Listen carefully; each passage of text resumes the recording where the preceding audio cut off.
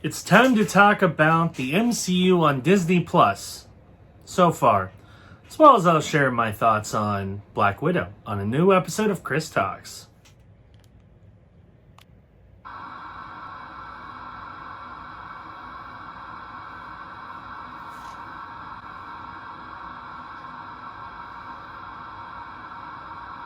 So I already did a whole video on WandaVision, but I figured rather than doing separate videos on Falcon and the Winter Soldier and Loki, which I have of course finished, let's just talk about the MCU as a whole on Disney Plus. Now obviously 2020 kind of messed up Marvel's plans for a release schedule as well as our plans of seeing our favorite superheroes jump into action, but instead we got a lot more stuff in 2021, including currently 3 full series on Disney Plus. Now, the first thing that a lot of people might wonder is, are these series as tied to the MCU as stuff like Agents of S.H.I.E.L.D. or Agent Carter, even Daredevil or The Punisher? Way more so.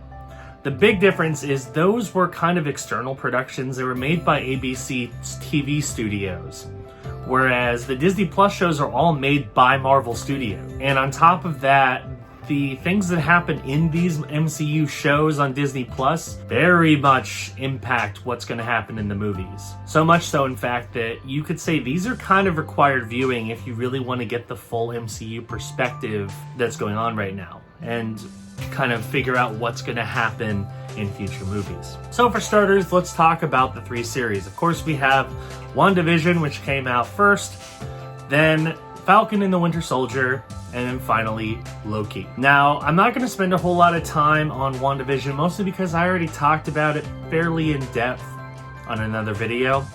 But I will say I really liked WandaVision. I thought it was really enjoyable. I loved the sitcom elements and how it kind of progressed through the ages of different kinds of sitcoms.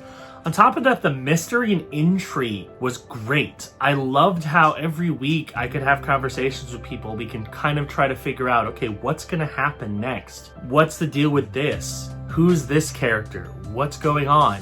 There's a lot of mystery, a lot of intrigue, a lot of cool discussions to be had every week with people I knew about WandaVision.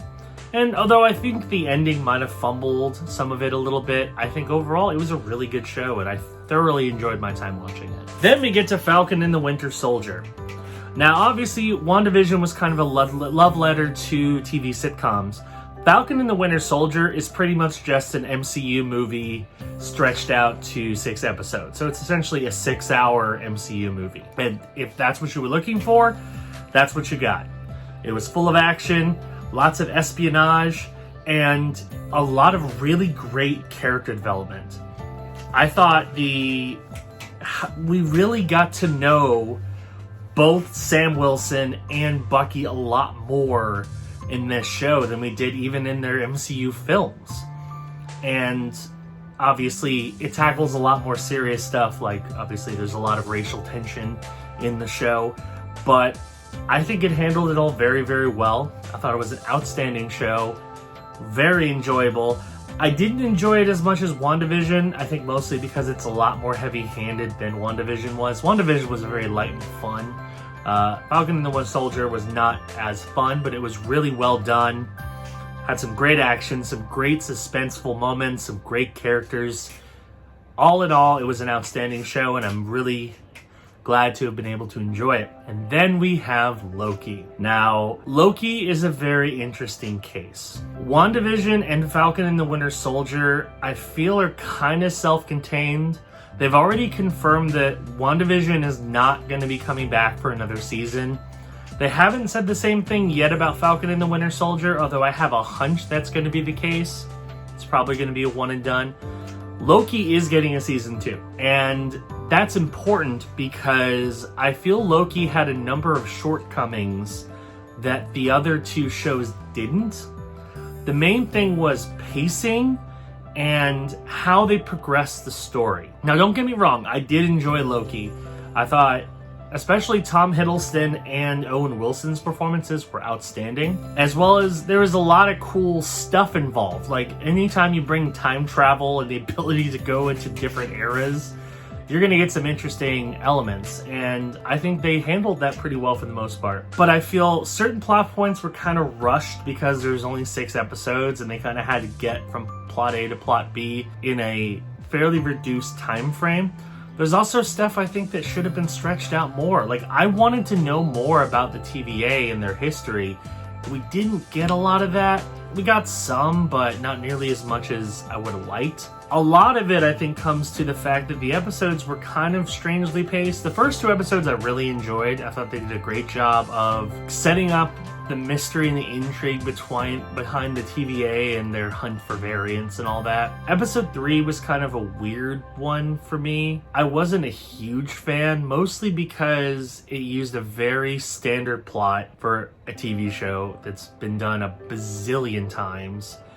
And I thought the character development in it was good, but it was a little slow, and I think they could have peppered in more moments involving what's going on back at the TVA that would have made it a little bit better. The rest of the show I enjoyed. Episode 5 was outstanding.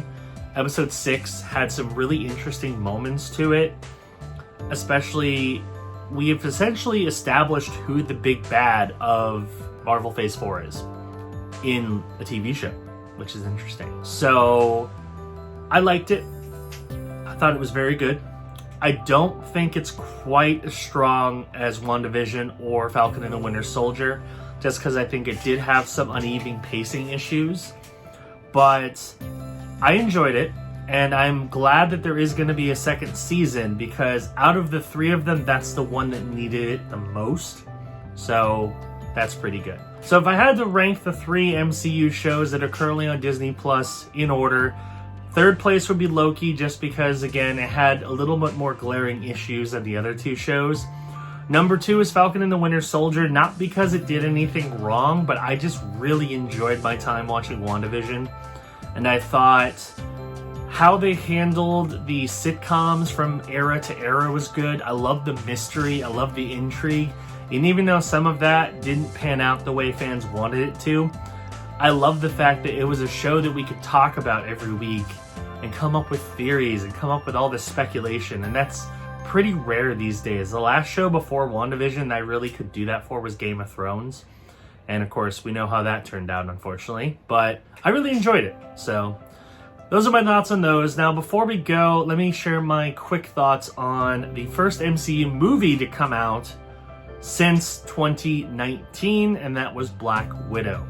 I was originally planning on doing a 30-second review after I watched the movie, never got around to it, so I figured rather than doing it this late after the fact, I'll just share my thoughts on here. So I liked Black Widow. I thought it was a solid film. It definitely had some pacing issues. It was kind of slow. The action was okay. There were definitely some moments I wasn't the biggest fan of. The Taskmaster reveal, a lot of people talked about that already. I wasn't a huge fan of that decision, especially because Taskmaster is a pretty iconic MCU villain, and how they revealed who it was and who it was didn't, I mean, I guess it kind of made sense, but like definitely wasn't what we were hoping for. I'm not going to say who it was because I don't want to spoil it for those who have not seen Black Widow yet. But I think the big thing about that movie was, regardless of how the movie was, it was just nice to be able to see an MCU movie again in theaters.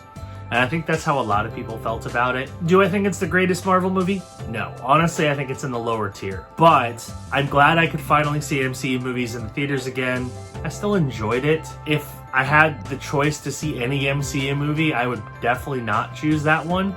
But I would choose it over some of the lower tier ones for sure. So the main thing is, I think it did give Black Widow a proper send-off, because her final moments in Endgame were kind of unceremonious, and she was a pretty major character to the MCU.